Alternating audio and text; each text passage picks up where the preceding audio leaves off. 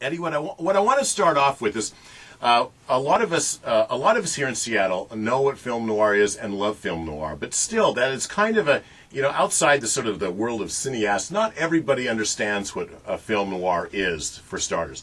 So what I'd like to do is I'd like to make this interview kind of a film noir 101. Basically, what is film noir? Why is it called film noir? Does it need to be in black and white as opposed to color? There are myriad questions, and you as the, I don't know if you're self-proclaimed Czar of Noir or... No, I would never do that. Okay, well, in fact, let's start off with there. Why did you get that moniker, Czar of Noir? Oh, well, it was given to me by a woman named Laura Shepard at the Mechanics Institute Library in San Francisco. I was there to introduce a film, what else? And it just popped out of her mouth when she was doing the introduction. She said, he's the Czar of Noir.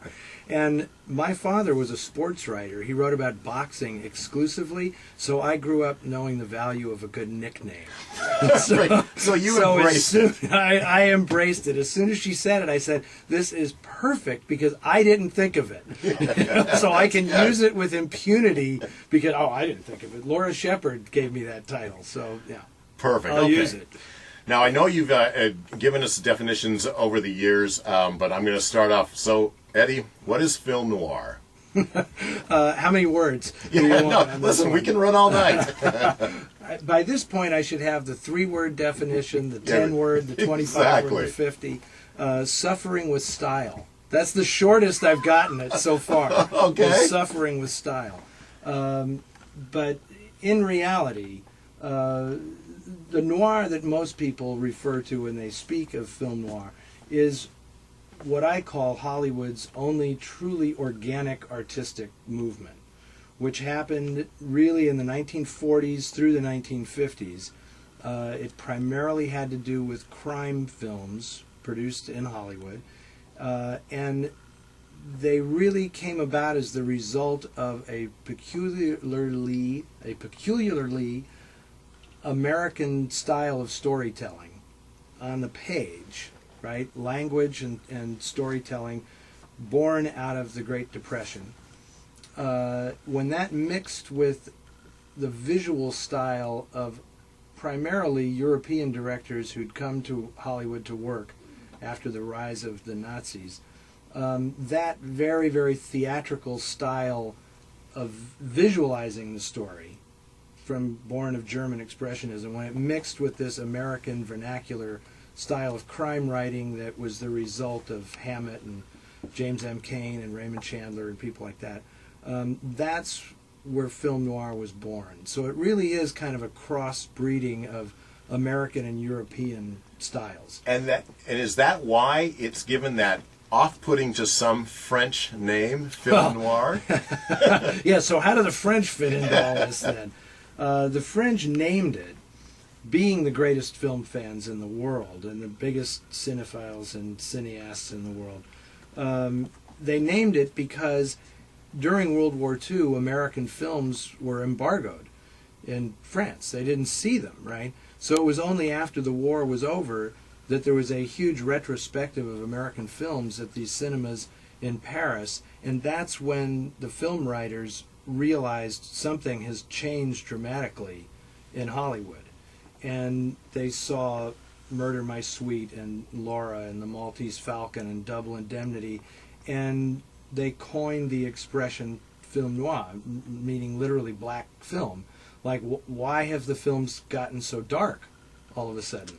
And that's it. I mean, some people think that noir was born of World War II, like it's World War II that caused it to happen. I don't subscribe to that theory because I actually believe it had already started in the works of the writers who created the stories that were the templates for all of this.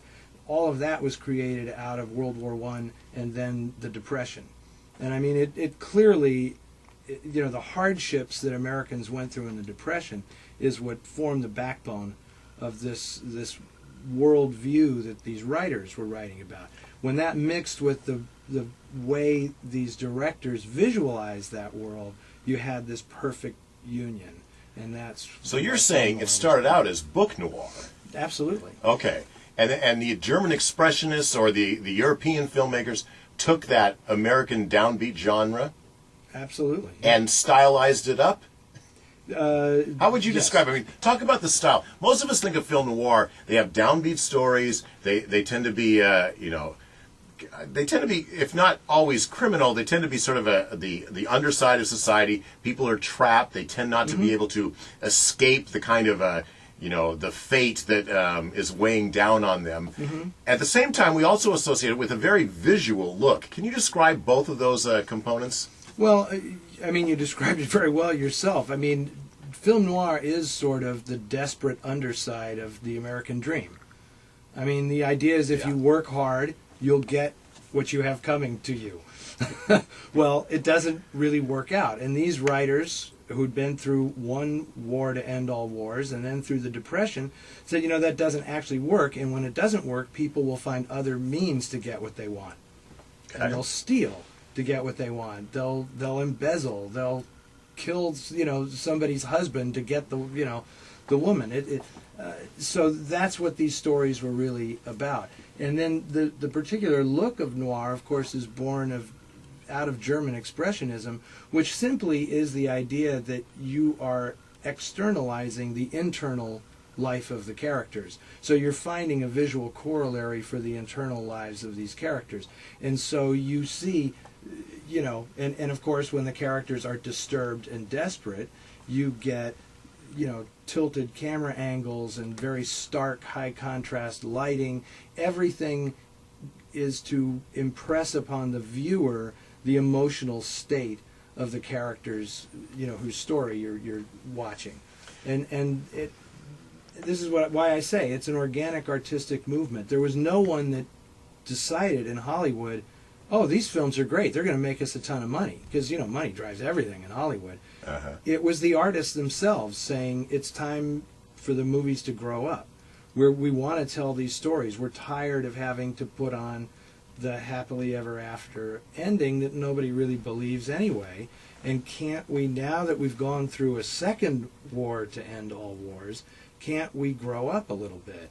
The stories don't have to end happily. Well, I call them tales of karma, because nobody actually wins in the end. It adheres to the credo of the production code. You must show that crime does not pay. Yeah. Nobody in noir ever got away with anything. But it's just you're made to empathize with the characters, which was something very, very new. Right? The audience understood why they were compelled to commit these crimes. And that, to the powers that be, can be a very unnerving thing when people are suddenly like, yeah, I kind of want him to knock this guy off and get away with it. They don't in the end, but something very subversive had happened, which is that the audience was allowed to identify with people doing the wrong thing, willfully doing the wrong thing.